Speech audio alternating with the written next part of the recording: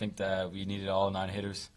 We didn't need only at the top of the lineup. We just need all of the 9 hitters, and we had professional approaches. We took our walks, and we didn't throw a lot of ABs away.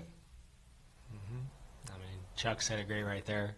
1 through 9 were a very tough lineup to face. A lot of scary dudes in the lineup who can hit for power, steal bags when we need it, fight guys off with 2 strikes. You know, it's a very complete lineup 1 through 9, and it's a very fun lineup to be a part of. You two strike me as kind of similar players in terms of how you hit.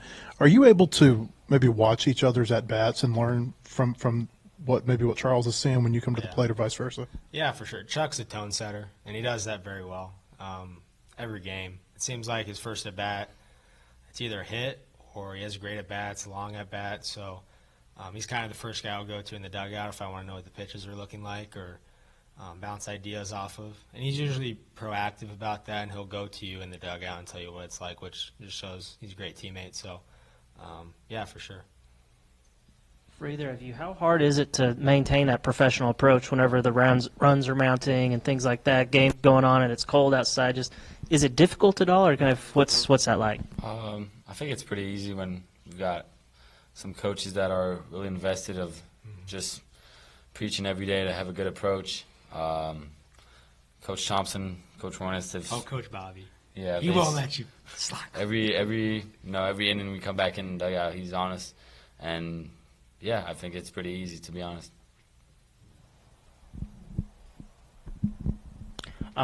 For both of you, it doesn't seem that often that you guys are able to hit 2 home runs in a game. Season and a half of baseball. So what's that like when you kind of just know that you hit a second one out? And it's like, whoa, you know?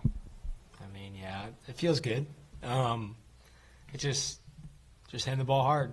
It doesn't really matter where it ends up. It's cool when it ends up over the fence, but just hit the ball hard and good things will happen. Charles, I guess Cam was in here yesterday, so we got to ask him. But were you enjoying the conditions, given where you grew up and where you played baseball from? No, I'd rather play in the hot, but I mean it is what it is. You can't complain. But no, I mean it's much easier when we're doing good and the whole team's up and the energy's up. So. I guess how much more difficult for either of you? How much more difficult is it to play defense out in those conditions, and how do you think y'all did defensively across the weekend? I think it was our grounds crew. I mean, you got to give them credit. They kept the field in great condition.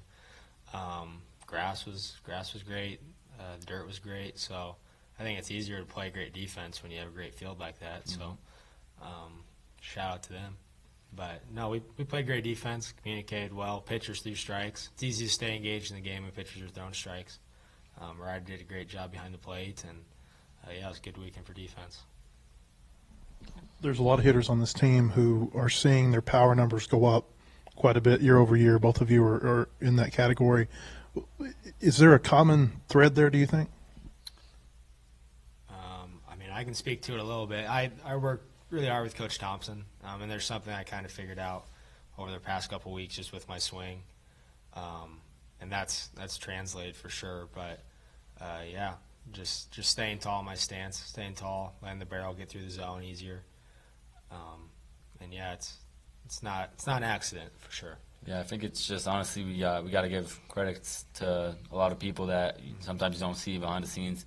Our strength coach is awesome, and the coaches do a great job with the approaches. So to be honest, our job is pretty easy when we're really in count well. So and Junior. Oh, yeah, JR. Junior gets his rep. Neither of you were here last year, so, I mean, you don't have any frame of reference for whenever Nate was coaching third base. But from your interactions with him in the dugout, have you got any insight into how maybe that's helping propel you guys offensively? I mean, I don't know. Like you said, I don't know if we can really compare it because we haven't seen how it's been different. But he's great to work with in the dugout. He's right there on the front step, letting us know the pitches, letting us know the counts. I enjoy having him in the dugout, and he's right there with Coach Van Horn, so it's easy to right there. It's just right there if you need to talk about anything, so I like that. Yeah, I mean, he's super positive. I feel like sometimes he's got more confidence in us than we actually do. Yeah. So, no, he's awesome, and like I said, a lot of people need to give the coaches credits.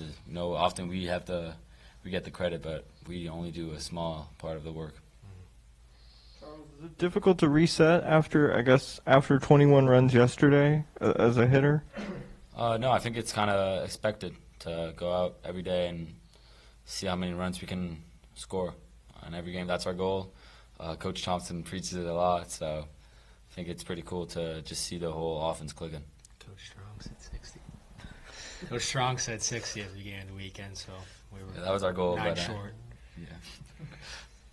For either of you, Christian Fouch, he was expected to be a really big arm for y'all. He got off to the start that he probably wanted, but had a really good inning today. Just how good was it to see him go out there and do that? Yeah, I think the word expected. I mean, he is a big arm for us. Everybody's got confidence in him, and we know what he can do. So he's super talented, and like Coach says, he just needs to have confidence. But we all got his back.